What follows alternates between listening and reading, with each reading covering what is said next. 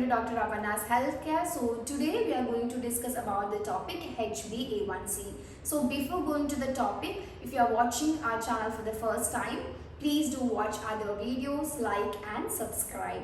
So let's see what is this HbA1c test. It's otherwise called glycated hemoglobin test or glycosylated hemoglobin test. So as the name suggests, it is a measure of the amount of glucose attached to the hemoglobin. It measures how much glucose is attached to the hemoglobin, and it is usually measured in percentage. The commonly used tests to know if the person is diabetic or not, or to the tests which are done in diabetic persons include FBS, PPBS, etc. So FBS, it is a measure of fasting blood sugar level, that is blood sugar level in the body is estimated after 8 hours of fasting, and the normal level of it is between 70 to 100 milligram per dilution.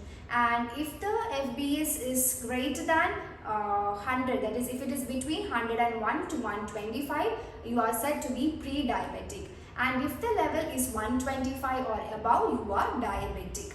Another test that we advise the patient to do is PPBS, that is postprandial blood sugar level. That is blood sugar level is estimated 1.5 hour or 2 hours after your meal, and the normal level of PPBS is between 100 to 140 milligram per dilution, and if the level is between 141 to 199 milligram per dilution, you are said to be pre-diabetic, that is you have a borderline measure and you have the tendency to develop diabetes, and if the level is 200 or above, you are said to be diabetic.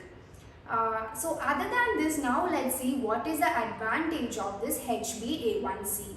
So HbA1c, as I have mentioned before, this measures the amount of glucose that is attached to the hemoglobin. So hemoglobin, we know it's an important component of RBC, and our RBC has a lifespan of 120 days, that is 4 months. And after that it gets destructed. So here we are actually measuring the amount of glucose attached to this particular hemoglobin. Okay. It measures the body's glycemic control in the last 3 months.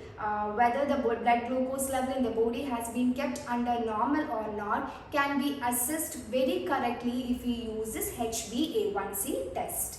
And another advantage of using this HbA1c test is you can do this test any time in a day.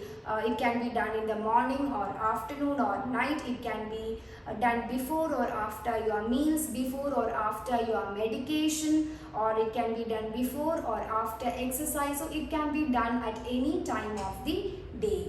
Another thing is that if our FBS level, PPBS level, etc. may fluctuate depending upon the diet that we have taken, upon any kind of disease condition that you might have experienced, and also depending upon the stress that you might have experienced. However, these factors do not affect the value of HbA1c test. Now let's see what is the normal value of this HbA1c. So according to American Diabetic Association, if you have a HbA1c level between 4 to 5.6, you are considered to be normal. If the level is between 5.7 to 6.4, you are said to be pre-diabetic, or you have borderline, that is you have a tendency to develop diabetes. And if it is between 6.5, or like if it is above 6, if it is 6.5 or above, you are considered to be diabetic person. However, if you are a person who has diabetes over long period of time, it is adequate that you maintain a HbA1c of 7. That is also considered to be a good control. Now let's see how often do we have to do this HbA1c test. So if you are a person who has diabetes and you have a good diabetic control, this particular test can be done twice in a year, that is once in 6 months.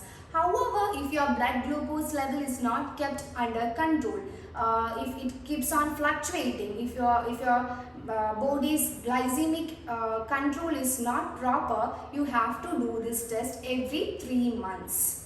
Now there are certain conditions in which the HbA1c do not give you the right value, that is HbA1c may show increased or decreased value. So now let's see which are the conditions in which there will be a false reduced value of HbA1c. So this include conditions of hemoglobinopathies like thalassemia, sickle cell anemia, if you have hemolytic anemia, if there is an acute blood loss, or if you have a condition called splenomegaly, that is your spleen is enlarged in this condition, or you have any kind of, or if you have done blood transfusion in the recent past. Now let's see which are the conditions in which a false increased level of HbA1c is seen in spite of normal glucose level. So this is seen in condition chronic kidney condition, if you have any kind of kidney disease, or in case of vitamin B12 deficiency, iron deficiency, or in case of alcoholism, or if you have uremia. Uremia is a condition in which the blood urea level or the level of the nitrogenous products in the blood is elevated. So all this condition HbA1c will be falsely elevated with a normal glucose level. Pregnancy is also another condition in which the HbA1c level won't be showing the correct value. So those person who has the following condition, you have to do other alternative test instead of relying upon this HbA1c.